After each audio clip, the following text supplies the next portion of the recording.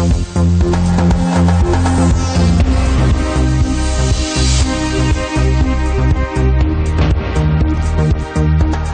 morning and welcome to News First Prime Time Sunrise.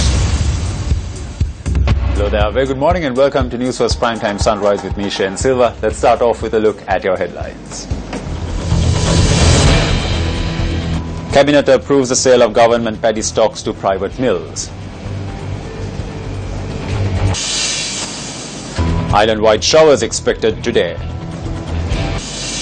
National Transport Safety Board to be established to control road accidents. And Greece's central bank warns of the country's exit from the Eurozone and the EU. On to your stories in detail. Now, the Ministry of Transport says that measures are being taken to establish a National Transport Safety Board. Secretary to the Ministry, Dr. Lalita Sirigunaruwan, said that the board will be established with the aim of mitigating road accidents.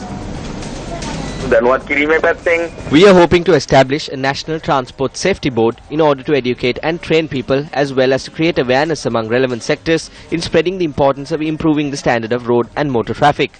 The groundwork for this program is being laid via the National Board. Awareness programs were organized with regard to this over the recent past. We are seeing a considerable progress at present. If not, the number of accidents would have further increased. But we believe that awareness that is created is not sufficient. Since it is insufficient, the Ministry of Transport is making policy reforms in order to expand the system in order to mitigate the number of road accidents through a National Transport Safety Board.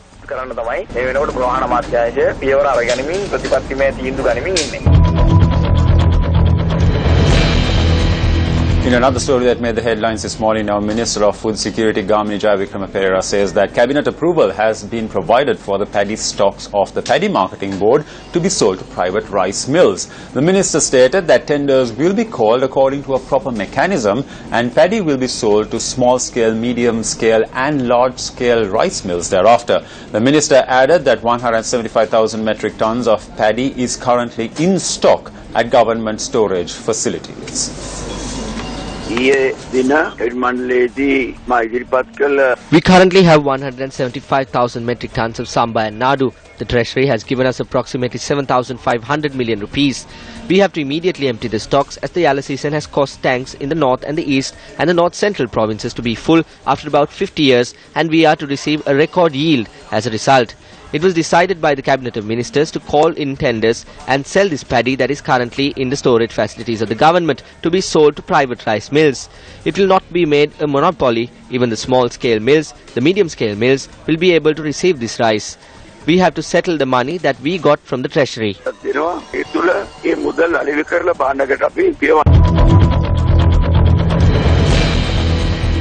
A media briefing was held in Colombo yesterday on the problems faced by local dairy farmers and milk producers. Despite our request for higher prices for milk, those who use milk and use them for additional products must earn a revenue as well. We were given a large promise around 6 to 7 months ago that around 70 rupees will be paid for milk. July is yet to come. Another revelation that was made was that a law has been introduced to import milk at lower prices. The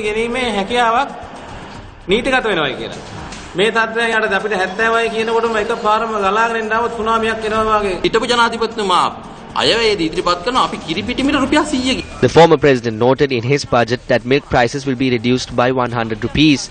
Now the current government says that they will reduce it by 150 rupees.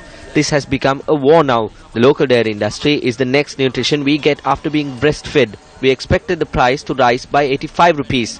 But instead, when it's been reduced by 100 rupees, the industry will incur losses.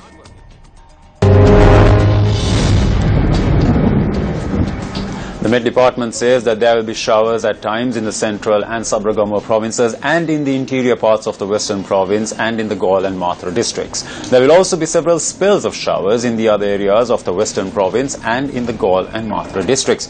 According to the department, strong southwesterly winds can be expected over the country and surrounding sea areas at times, especially during the showers. We now have duty meteorologist Buddhika Banduratna with the day's weather forecast. Weather forecast for 18 June 2015 issued at 5:30 morning on 18 June 2015.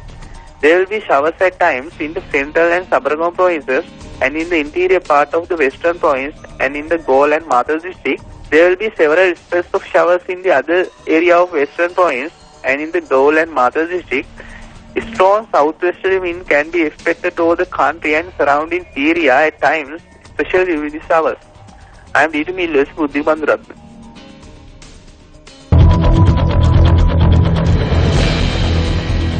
In other local stories, the National Dangerous Drugs Control Board says that an island-wide survey will be launched to identify the ways in which drugs are circulated among school children. Chairman of the board, Dr. Tilanga Samarasinghe, has said that this survey will help to curb and mitigate the ways in which drugs are circulated. Survey officers will be dispatched to schools to find out where these drugs are purchased from, the reasons for the purchase and the repercussions of consumption. We are hoping to find the root cause of the purchase of drugs. Parents need to pay close attention to the money that is given to their children and ways in which it's used. We would like to request the assistance of the parents on inspecting the environment of the schools of their children in order to ensure that the schools are established in a secure and drug-free environment. Meanwhile, the National Dangerous Drugs Control Board says that yet another discovery was made of a certain liquid containing drugs that is being circulated among students yesterday. Chairman of the board, Dr. Tilanga Samarasinghe, has said that this liquid was discovered in Polonnaruwa, Kurunegala and in the Kandy areas. This drug was also found to be in circulation in the Galle and the Kochikare areas in the recent past. In the meantime, a protest was held in Vavuniya yesterday demanding that steps be taken to control the circulation of drugs. The protest was organized by a group which included students from the Nadunkarni Mahavidyalaya in Vavuniya. The protesters demanded that the drug menace be eradicated.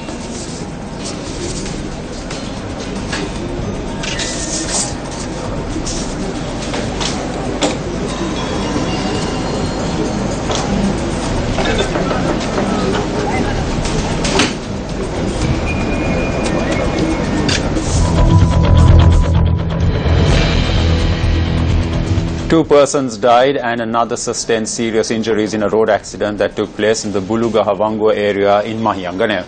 The police said that the accident took place when the driver of a three-wheeler lost control of the vehicle. The deceased has been identified as a 30-year-old driver of the three-wheeler and the 50-year-old passenger.